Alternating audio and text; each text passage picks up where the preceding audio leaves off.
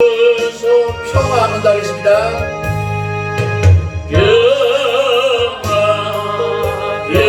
평화로다 하늘 위에서 내려오네 그 사랑의 물결이 영원토록 내 영혼을 덮으소서.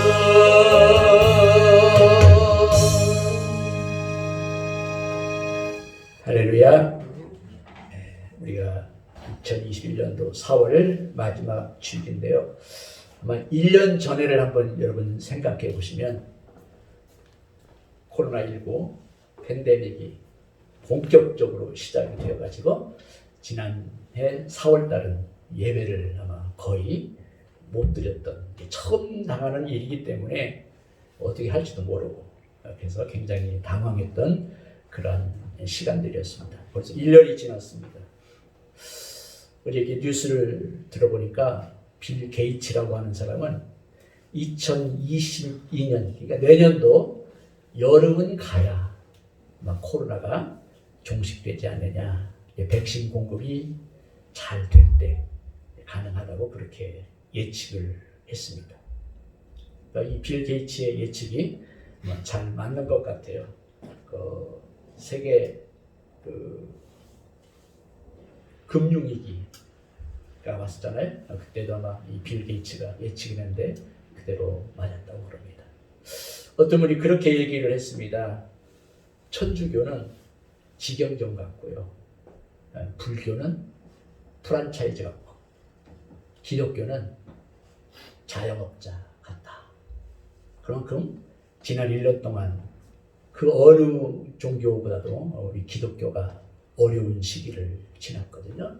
그럼에도 불구하고 하나님께서 1년 동안 저와 여러분들의 삶의 현장 또는 직장, 사업장을 지켜주시고 또 인도해 주신 것을 다시 한번 기억하는 가운데 그럼에도 불구하고 여전히 우리 사회는 또 여러분들의 삶 속에는 두려움과 또 여러 가지 불안한 요소들이 많이 있습니다. 여러분이 뉴스를 다 듣겠지만 그래서 2030 세대는 가상화폐에 아주 올인을 하고 있고 또는 부동산에 올인을 하고 있고 굉장히 이런 것들이 왜 이렇게 현상이 나타나냐면 불안하기 때문에 또는 초조하기 때문에 두렵기 때문에 그와 같은 현상이 나타나는 것을 볼 수가 있습니다. 특별히 이렇게 어려운 시기 가운데 가구업계나 또는 가전제품은 또 인테리어 업계는 굉장히 호황을 이루고 있답니다. 왜냐하면 외국에 안 나가죠. 또 밖에 나갈 수가 없죠. 그래서 가정에 많이 있다 보니까 가정에 있는 가구를 바꾸고 가정의 인테리어를 바꾸고 그런 현상들이 없지 않아 있는데 이런 모든 이유가 뭐냐면 불안하기 때문에 또는 두렵기 때문에 사람들에게 나타나는 현상이라고 볼 수가 있습니다.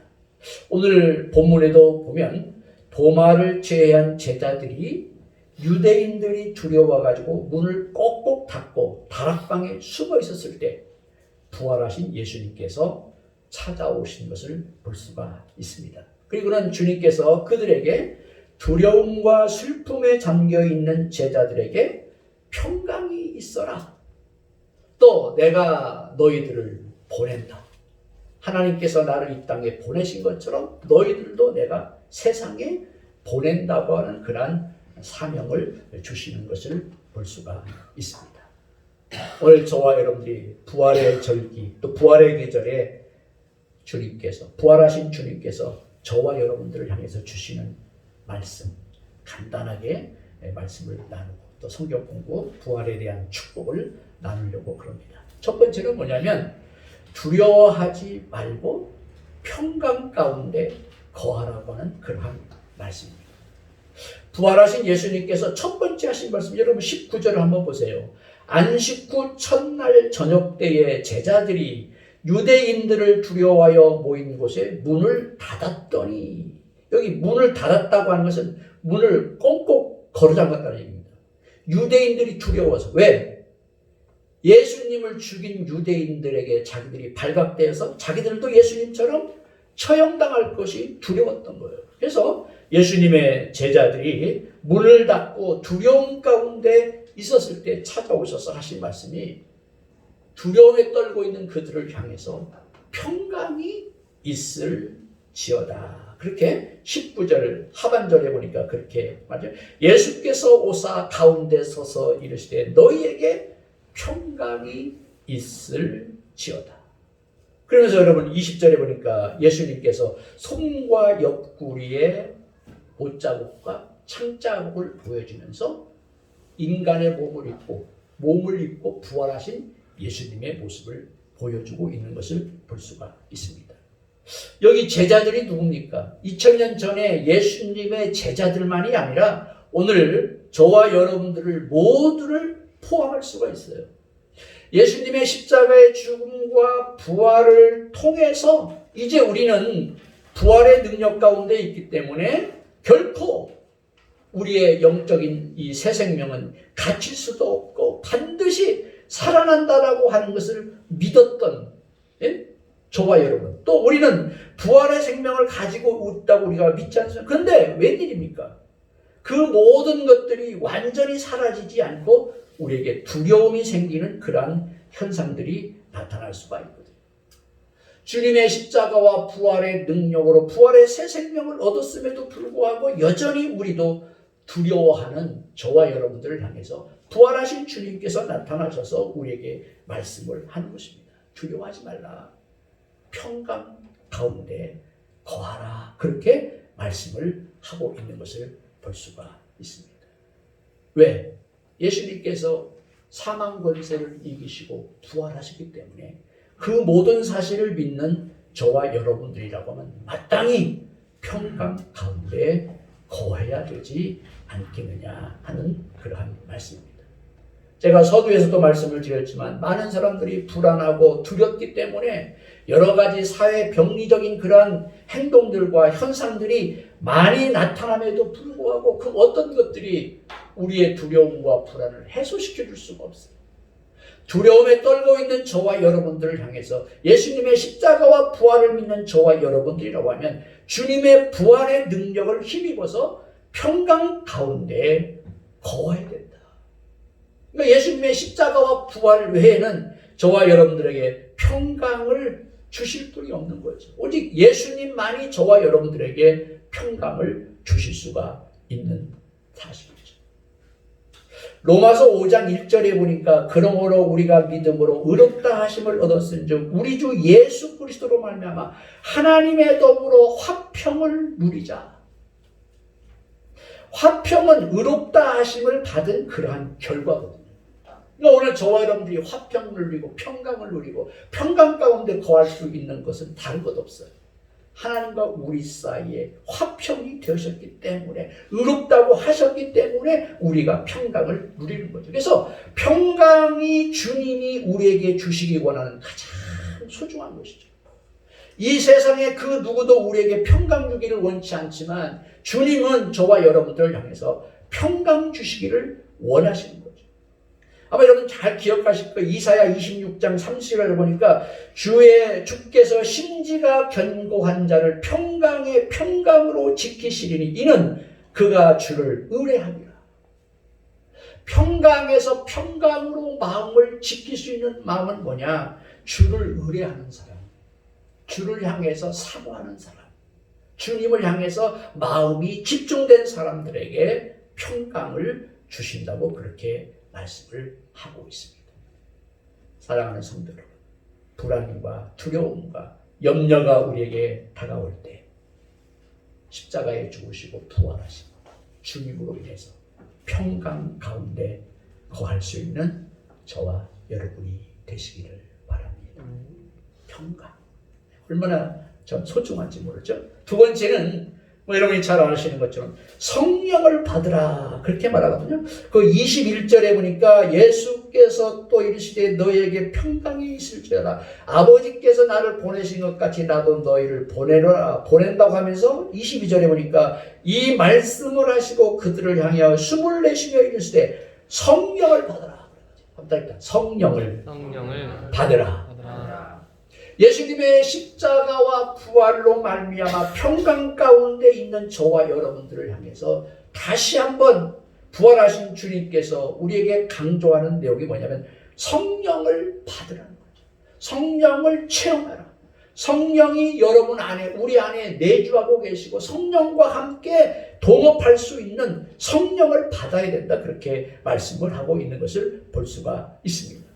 성령 누구십니까? 구약 성경에는 하나님의 영, 또는 신약에 와서는 그리스도의 영, 그렇게 많이 표현하는데요. 구약 성경에 보면 하나님의 영은 여러분이 잘 아시죠? 땅이 혼돈하고 공허하며 혼돈할 때 하나님의 신은 수면에 운행하신다. 그래서 창세기 1장 2절에 보니까 창조 사역을 하실 때 하나님의 영, 성령이 함께 일하셨던 모습을 볼 수 있습니다. 그래서 여러분 창세기 2장 7절에 보니까 하나님께서 흑으로 사람을 빚으시고 그 코에 생기를 불어넣으시니 생명이 되었다. 그러니까 우주 만물을 창조하고 사람을 만드시고 사람을 창조할 때도 그 코에 생기를 불어넣는다. 호흡하셨다는 거예요. 숨을 그에 넣었다는 거죠. 그러니까 성령님은 오늘 구약 창세기에서도 보면 창조하실 때도 보니까 이렇게 호흡으로 이불을 열어 가라사대 오늘 본문에 있는 것처럼 숨을 내쉬며 이르시되 성령을 받으라. 구약 시대에도 역시 만물을 창조하시고 사람을 만드실 때 호흡으로 사람을 만드신 것을 볼 수가 있거든요. 바람을, 호흡을 그들에게 내셨다. 숨을 내셨다. 호흡했다. 숨했다. 그걸 내셨다. 근데 신약에 와서도 역시 마찬가지로 예수님은 새로운 창조를 하실 때 예수님의 십자가와 부활로서 그들에게 생기를 불어넣으셨어요. 그래서 오늘 저와 여러분들이 예수님의 십자가와 부활로 말미암아 평강 가운데 있는 저와 여러분들에게 성령이 숨을 내쉬며 가라사대 성령을 받으라고 하신 것처럼 우리가 그리스도의 영, 성령을 우리 모두가 다 받아야 된다. 그래야만이 주의 모든 사역들을 잘 감당을 할 수가 있는 것을 볼 수가 있습니다. 요즘 봄이 되어가지고 바람이 많이 불죠. 바람이 불면 여러분 주위에 보면 뭐가 많이 흔들립니까? 나무가 많이 움직이죠. 근데 여러분 나무가 움직이는 겁니까? 바람이 나무를 움직이게 만드는 겁니까? 바람이 나무를 움직이게 한 거예요. 나무는 가랑이 있는데 바람이 부니까 그 나무가 움직이는 거죠. 마찬가지입니다. 우리 사람에게도 성령이 우리 가운데 바람으로 불어와야만이 우리의 몸이 움직이고 여러분의 마음이 움직이고 여러분의 생각이 움직여 가지고 성령 충만한 그러한 삶을 살 수가 있는 것이죠. 그래서 우리는 다시 한번 생각할 수 있는 성령이 내게 불어와서 성령 충만한 가운데 모든 일을 잘 감당할 수 있도록 우리가 그렇게 해야 된다. 또 성령은 바람일 뿐만 아니라 마치 어머니와 같다라고 성경은 많이 비유를 하는데 성령을 원어로 때 루아흐 하야라고 하는데 어머니도 루아흐 하야라고 하는데 똑같아요. 그러니까 어머니가 자식을 낳는 것처럼 성령님도 영적으로 자녀를 낳죠. 어머니가 자식을 기르는 것처럼 성령님도 말씀으로 저와 여러분들을 기르십니다.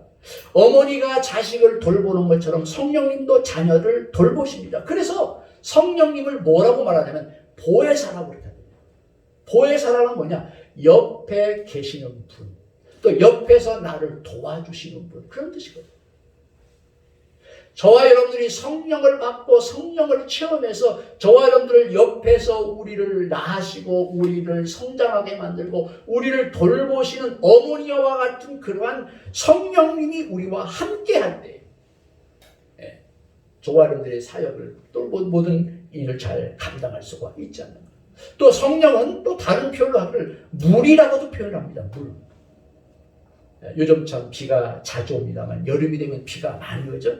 비가 많이 오게 되면 더위가 물러가게 되고 또 온갖 먼지와 오물과 쓰레기가 사라져 가잖아요. 물론 바닷가나 댐에 많은 쓰레기가 모이지만 그런 역할을 합니다. 이 물이라고 하는 것은 참 좋은 거예요. 또 한 가지 뭐냐면 물은 비가 오게 되면 이 비가 오므로써 모든 만물이 소성하게 됩니다. 새싹을 나게 됩니다. 생명이 솟아나는, 그래서 온 산천이 춤을 추는 그러한 역할을 하는 것을 볼 수가 있습니다. 마찬가지입니다. 성령을 받고 성령이 저와 여러분 가운데 임해야만이 더럽고 지저분한 것들을 버리게 만들 뿐만 아니라 저와 여러분들의 심령 가운데 성령이 모든 것들을 풍성하게 다시 살아나게 하고 다시 일어나게 하고 다시 소성하게 하는 그러한 역할을 하는 것을 볼 수가 있습니다.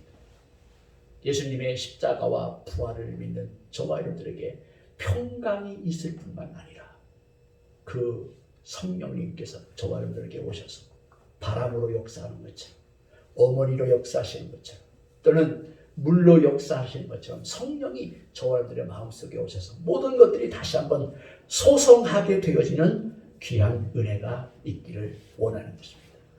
그래서 여기 부활하신 예수님께서 평강이 있어라, 그 다음에는 성령을 받으라. 성령. 물론 오순절날 마가의 다락방에 성령이 임할 것을 상징적으로 얘기해 주지만 오늘 저와 여러분들에게는 그 이유니까 저와 모두에게 다 성령을 받으라는, 성령을 체험하라, 거듭나라고 하는 그러한 말씀을 하고 있는 것을 볼 수가 있습니다. 마지막 세 번째는 내가 너희를 보내노라. 그 20절 나오시죠? 21절 보세요. 예수께서 또 이르시되 너희에게 평강이 있을지어다. 아버지께서 나를 보내신 것 같이 나도 너희를 보내노라. 예, 저와 여러분들은 주님께서 세상으로, 여러분의 가정으로, 또 여러분의 직장으로, 여러분의 삶의 현장으로 우리를 파송하는 것이죠. 파송.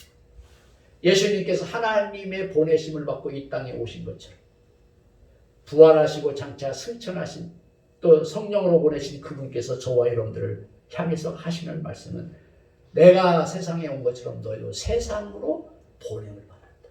그렇게 말씀을 하십니다. 그래서 저와 여러분들이 꼭 기억할 것은 나는 한순간도 내가 보냄을 받은 자라고 하는 사실을 잊어서는 안 된다는 거죠.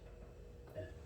교회에 오셔서 예배를 드리지만 예배 드리는 것으로 끝나는 것이 아니라 일주일 동안 6일 동안 여러분들이 직장에서 또 사회에서 또 수많은 많은 사람들과 만났는데 그들을 향해서 여러분들이 주님께로부터 보냄받은 자, 파송받은 자, 마치 사도와 같은 저와 여러분들이라고 하는 그러한 사실이죠. 그러므로 우리는 이와 같은 사실을 잊어버려서는 안 됩니다. 나는 주께로부터 보냄을 받은 자다. 보냄을 받은 자다. 또 아까 두 번째 설명했지만 숨을 내쉬며 성령을 받으라 하고 하죠. 성령이 늘 나와 동행하고 계신다. 나와 함께 보내신다라고 하는 사실을 잊지 아니하는 가운데 성령 충만, 말씀 충만, 은혜 충만한 삶을 살 수 있는 우리 모든 성도 여러분이 되시기를 바랍니다. 찬양하시겠습니다.